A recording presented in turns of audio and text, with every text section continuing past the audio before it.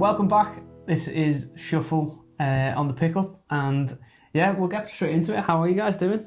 Yeah, all good. All good. It's half-term week in the school that I work in, so it's nice to be off.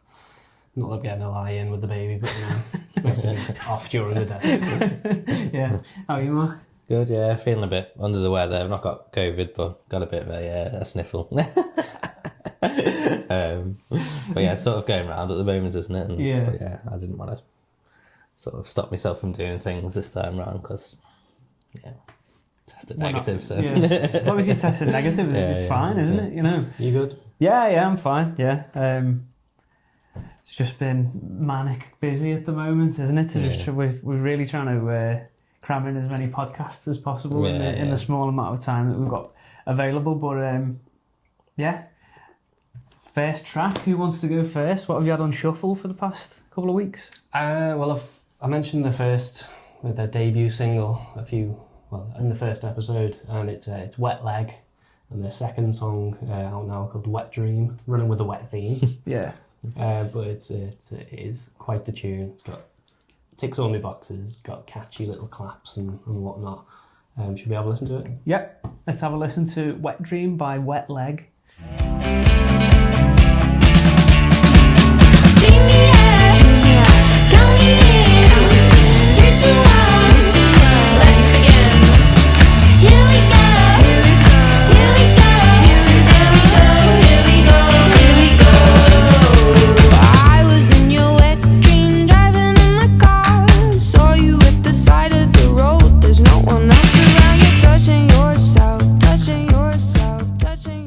That was Wet Leg by...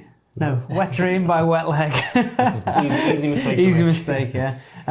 It's great, isn't it? Yeah. I just like how they're like sort of playgroundy, catchy melodies. Like you could just picture a schoolyard. Yeah. Maybe not singing that exact song, but those kind of melodies. It probably gets me somewhere deep inside. Yeah. It's kind of an earworm, isn't it? That chorus is kind of schoolyard, like it's almost like taunting, that kind of like mocking kind of tone, but set in front of this slacker indie sort of backdrop, if you know what I mean. It just kind of makes it all work. I think both their songs are only about 2 minutes 20, 2 minutes 30 or something, but they don't need to be any longer because they just do everything right. And the video is great as well, isn't it? Yeah. I was going to say as well, I saw them supporting Inhaler a couple of weeks ago, and so about the sort of song length and that, I think they only did about 15 minutes, but like it was a really great set. They were really good live as well, so definitely try and catch them live if you can. But really I think I saw something them saying I don't know if it's sold out the tour, but they're doing really well on it, and they were like just from 2 songs being out, they're made up. So I think I definitely want to catch them live. Yeah, definitely. Yeah, it's definitely got like a cult following thing to it. They're just going to have some really devoted fans that will follow them everywhere, kind of thing. Yeah, I mean, Six Music have been all over them, so if you get into the Six Music market, you've got, doing well, you've got gigs basically. They're the only gig goers in the brilliant way to kick off the show. And Mark, have you got anything that you'd like to have on shuffle? So the Cribs released a new one this week or last week. The Day I Got Lost Again, and it's just classic Cribs. They just know how to knock them out, really, don't they? And it's a bit of a continuation of the last album, I think. But we'll have a listen to it first, and then we'll have a bit of a chat about it. So this is the Cribs, The Day I Got Lost Again.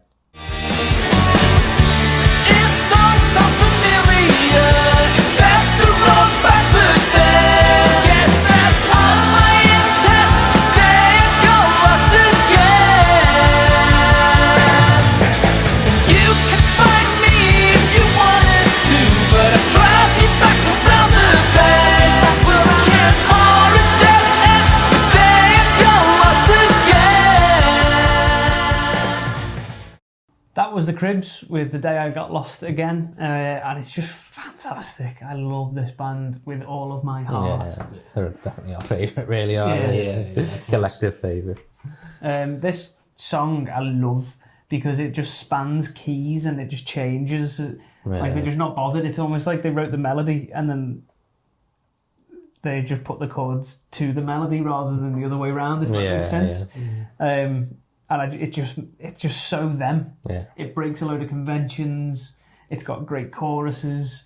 It's muddy but clear. Yeah. And It's a bit of a harmonica at the start as well. they're just they're just not afraid to do things, Yeah. and it's just got that really big bombastic drum sound in it that we know and love from the Cribs. Yeah.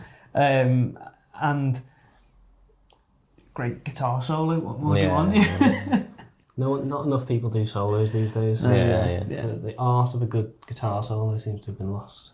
Definitely, I think with the harmonica, I was thinking it's a sign of a good, like they've got their own style, that I think you could give those three instruments that aren't guitar, drum, and bass, and they could play the song and you'd know it was the Cribs. Not necessarily that song. They could write a song on anything. It could be like bassoon, mandolin, and timpani, and you'd go, "That's a Cribs track." They'd make it work somehow, and the way they present these things as well, I think, is phenomenal, because this is part of the singles club that they've been doing, and when they released that in August, I just saw the tweet and I was like, "Yeah, I'm in." And then this came through my door like a couple of days ago. Is it like a subscription type thing? So I think you paid like £40 and you got 4 7-inch singles just posted to you,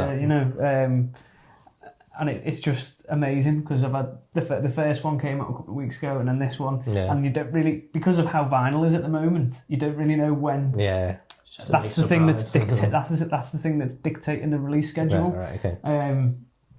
It's just really great to just have like a three letterbox and I've got a new vinyl today, happy days, and it's like my favourite band. It's a really great thing. These just keep pushing things forward in music and keep things alive, and that's one of the things that I truly love about the Cribs. Yeah, I love how rough and ready they've always been as well. Just they're quite slacker-ish, if you know what I mean, but like on it, and like it just works so well. Yeah, they've never stayed still, have they? No. Yeah, and you say slacker, and it is slacker indie, but it's not. It's more the way they play it. It's slacker, if you know what I mean. It's not. It's like sometimes you watch a band and it's so on purpose. Yeah. This is all it's just them. It's the most they are possibly the most authentic band I've ever witnessed. You know what I mean? It's just them. Yeah. Everything's DIY. Everything's obviously they've got teams, but it all comes from them. They're the artists. And it's just so refreshing whenever I see them. Sounds similar production to the last album as well, doesn't it? So were these all part of sessions from earlier ones, or are they new tracks? I'm not sure. I need to do a little bit more digging with that kind of thing, really. As Mark said, I'm not sure whether it was like a continuation of the last album, like as you alluded to, the leftover B-sidey sort of things, or whether it was intentional to do it like this. Because I suppose they're quite spread around at the moment. There's Gary still in the States. Yeah. So like the first one was like an acoustic one, which leads me to believe it is more B-side sort of lost tracks from a session, if you know what I mean. But it could have all been very, very intentional. And we are going to see them live at some point. I know we bought tickets ages ago, didn't we? It's scheduled to be next April. Yeah. God knows. Probably over a year since we were meant to see them the first time around, I think. Massively. Yeah, brilliant. So we move on. I'll go next. And we'll have a listen to the new track by Tokyo Police Club. I found a message and it was pocket sized. By 1983, but you'll always be 100 to me.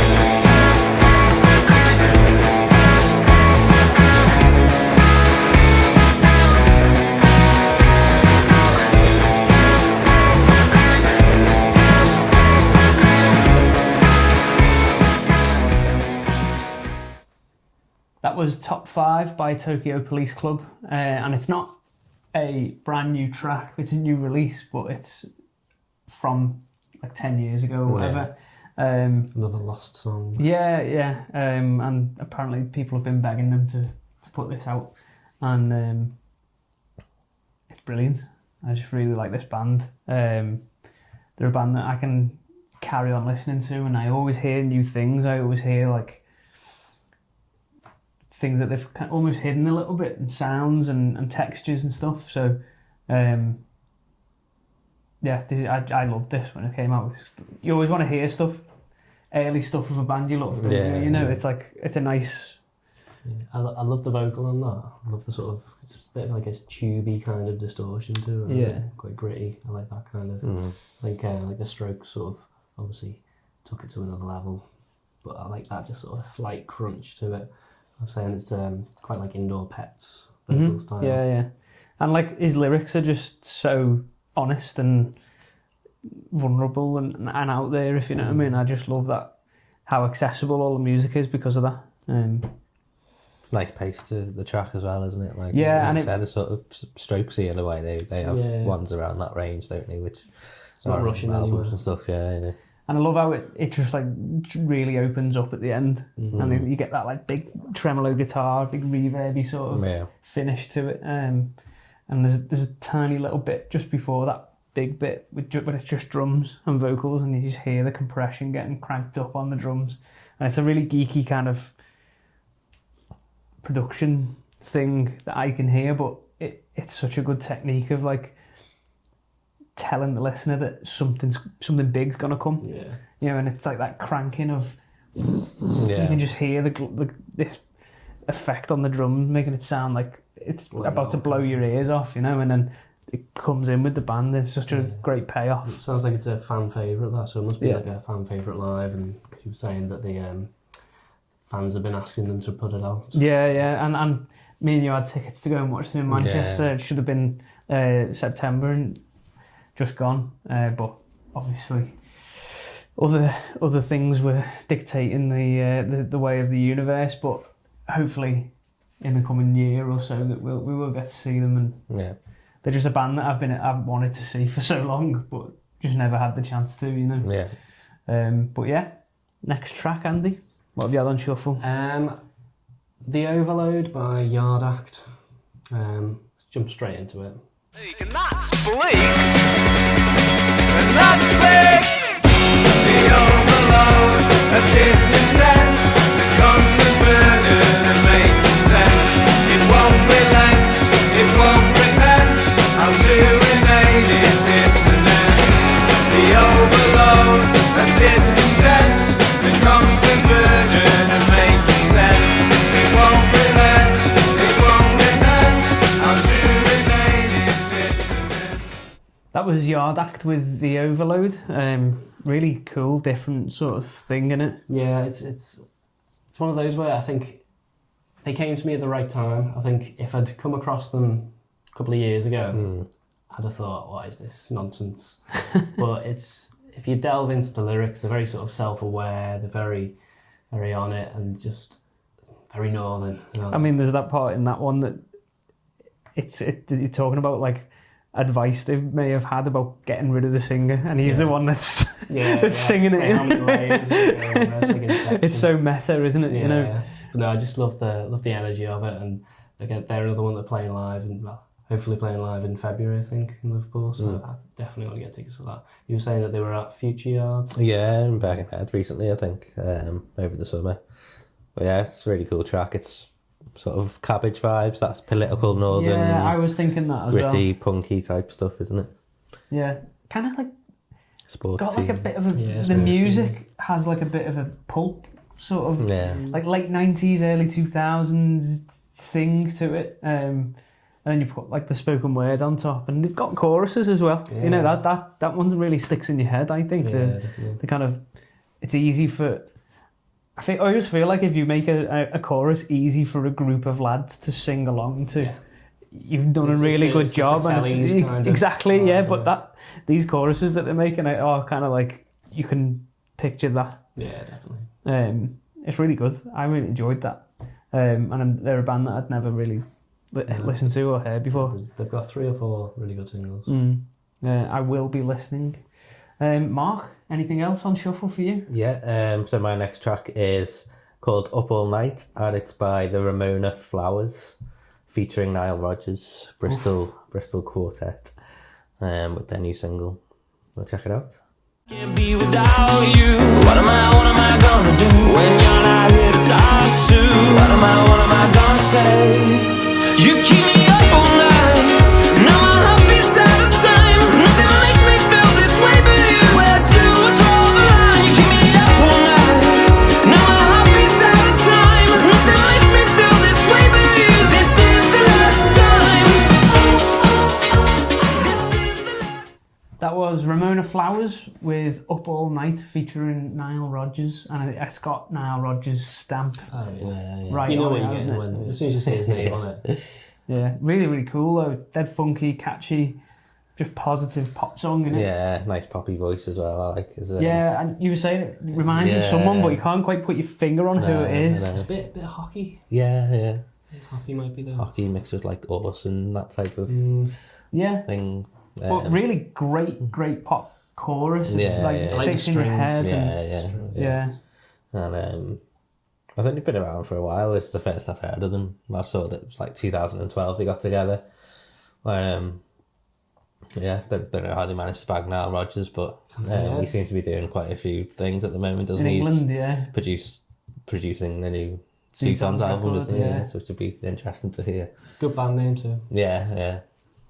Did you say it was Scott Pilgrim? Scott Pilgrim, Yeah, no, it's a good track. Nice poppy, upbeat, feel good type thing, isn't it? A bit more of a summer vibe, I think, rather than autumn, winter. But you I know, quite like it when people bring out summer Yeah, tracks in the yeah. winter though. It's like, yeah, Bit of winter disco. yeah. yeah, Yeah. There's really nice parts of that track where there's kind of like sing along, of bits just in between bits, and I feel like possibly, I don't know, obviously, but possibly that's like where working with someone like Nile Rodgers comes in handy. Yeah. You know, if there's a little bit of real estate that you could possibly fit another hook or another earworm into that song, he's the person that will be able to find it Yeah, definitely. and work with it to put it in, if you know what I mean. It's been really well produced. He obviously, I don't know if he's produced it, but he's featuring on it. Yeah. He obviously had cast his ear over it or whatever. That makes me excited for the Zootons album. I know, yeah. I know, yeah, that is really good. Yeah, I am excited for this new record by the Zootons because I think Abby, the saxophone player, is going to be doing a lot more of the lead vocals. Oh, right, okay, Yeah, they played at the Pierhead. They supported Nile Rodgers at the Pierhead in Liverpool, and they played a new song, and it was Hair doing the lead vocal. Nice. I wonder if, I don't know, Nile Rodgers is more known for guitar, isn't he? But like they haven't got a bass player, the Zootons currently, have they? So I wonder if he's going to be doing the bass as well. I don't know. Yeah. Unless one of the guitarists does it, but be interesting to see who is the bass player on the record. Yeah. I mean, it wouldn't surprise me if they got the old bass player back in just to do like all of the tracking and all of the stuff that they're comfortable with and all that kind of stuff. Or they just get one of the guitarists to do it and they'll get someone to play it live or whatever. But See, I mean, if Niall does it, then that instantly sets the tone of the album. Yeah, I mean, exactly, I'm not saying that he can't do Yeah. indie pop, but I feel like it's not exactly what you get in Nile Rodgers for, though, is it? just session. Niall Rodgers. I suppose it's like hiring Lewis Hamilton as your driver and then just making him drive around like Liverpool one-way system all day, you know. But yeah, it was a really good track. Really enjoyed that one. Yeah. So yeah, it's my turn again. That's rolled around quick. And suppose we'll go for the new track by Generationals. Let's have a listen. I miss you bad when you're not around. Don't know what I was thinking.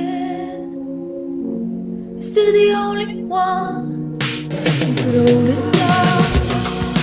Pick up the phone and try and reach her. Don't need nobody. Any little please, yeah, please. Pick up the phone and try and reach her. Don't need nobody. So that was Trying to Reach You by Generationals featuring Sarah Jaff, or Jaffa? Cake, as she's known to her friends. Really, really great song. This Generationals are kind of quietly one of my favourite bands. I think it's just kind of like two guys who sample and make, and Oh, right, they're okay. kind of like in the background, and Yeah. they, you know, and they use vocalists. Yeah. I don't know a huge amount about them, Yeah. but I just love what they produce, you know. When I used to work in a club in Liverpool and I got to choose the music, it was always Generationals that I put on. They used to have a song called When They Fight, They Fight.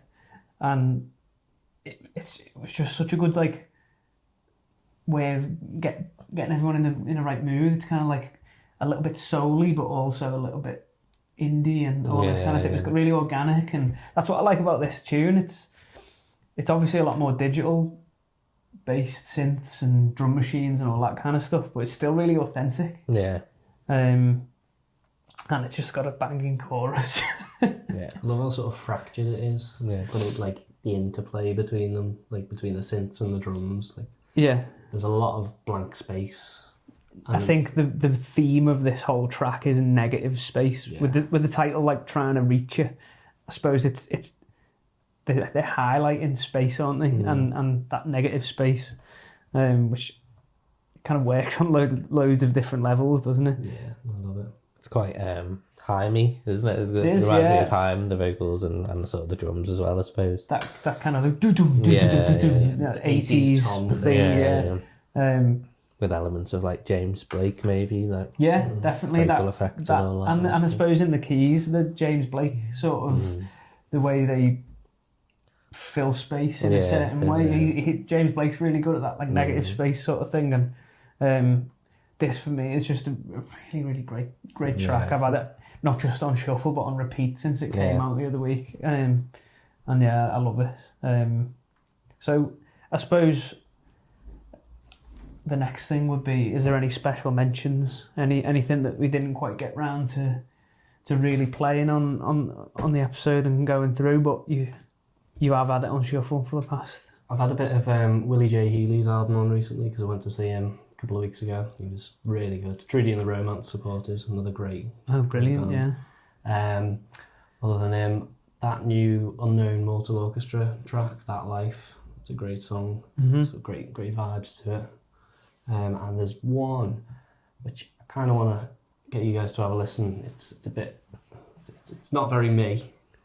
Like I'm used to bringing just some guitar based stuff in here, but it's by, I think it's Junior or JR, not the old Junior because there used to be a Junior, isn't there? Yeah. And it's called Billionaire. To my brain, a billionaire who gets it all after you're through. You're taking all my money. You're not gonna stop me, won't drive me, yeah. Making all that money. Trickle to the top, economics, yeah. You take my money. No matter what I do. You take my money. So Billionaire by Junior. Featuring Teddy Gold. Suppose you need a name like Teddy Gold if Teddy you're Gold. featuring on a track like that, don't you? It's just so that was really fun. cool. That's right. Fun. Yeah, right on my street, that. Yeah, I thought it was Yeah. Really fun. Yeah. It's cool sounds, good. How can you not like a song like that? Exactly. Is like the question, isn't it? Yeah, and I mean, I don't dance, but I dance to that. Yeah. It's a I've seen you dance. a few pints. Mark, any special mentions? Yeah, I went to see Kasabian recently as well, and that was interesting as well with Serge, taking the lead after Tom leaving. So they worked really well. Absolutely brilliant, to be fair. He was basically the second frontman anyway, the frontman in waiting, really, wasn't he? And he writes and produces everything anyway, so it's sort of seamless transition to him being frontman. But there was a band who supported them called the Skinner Brothers, who I really enjoyed. They're on that list, like This Feeling scene, who were really good at promoting up and coming bands from around the country. I think they sounded sort of like Essexy London lads. But yeah, really cool stage presence. The drummer pulled some mad face as well. He was drumming, which is always good. Funnily enough, me and you were driving somewhere the other day, and I was like, "You should listen to these," and you were like, Yeah. "I showed you these the other Yeah, day because we saw them at Kasabian." Yeah. And I'd completely forgotten about it, but they're really, really good. Yeah, They yeah. kind of came up on my Discover page or something on Yeah. Spotify, and I'm glad they did because it was really impressive stuff. Yeah. And one we'll listen to, which I've picked out from another band called Blondes from Nottingham. And this one is called Out of the Neighbourhood. As you shut out the door to give you everything more. Want me shit when I settle a score. So, in your jacket and shoes, careless with nothing to lose. It's all you have, there's nothing left for you. Just take off your t-shirt.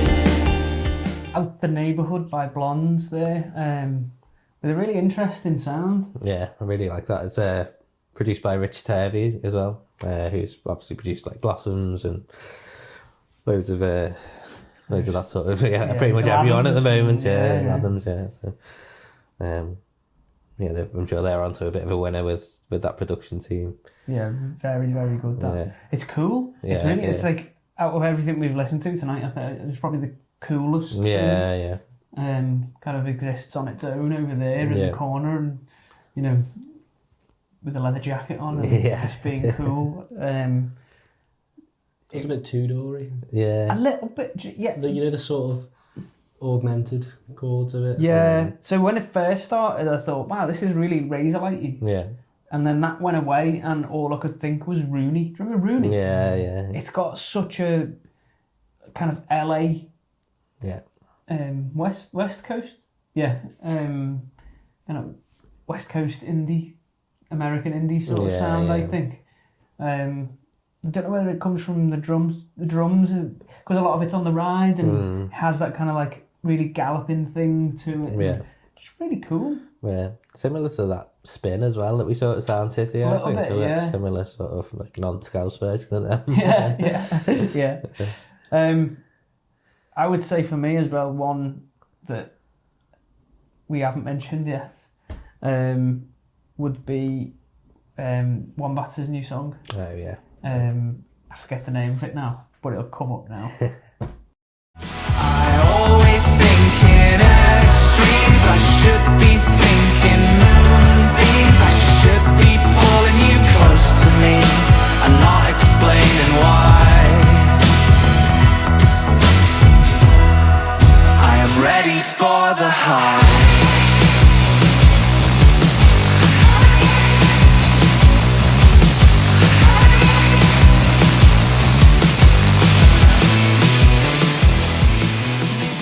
There we go, Ready for the High by the Wombats there, who just keep finding ways to reinvent themselves, I think. I feel like every new batch of fans are there for a different reason as well. Yeah.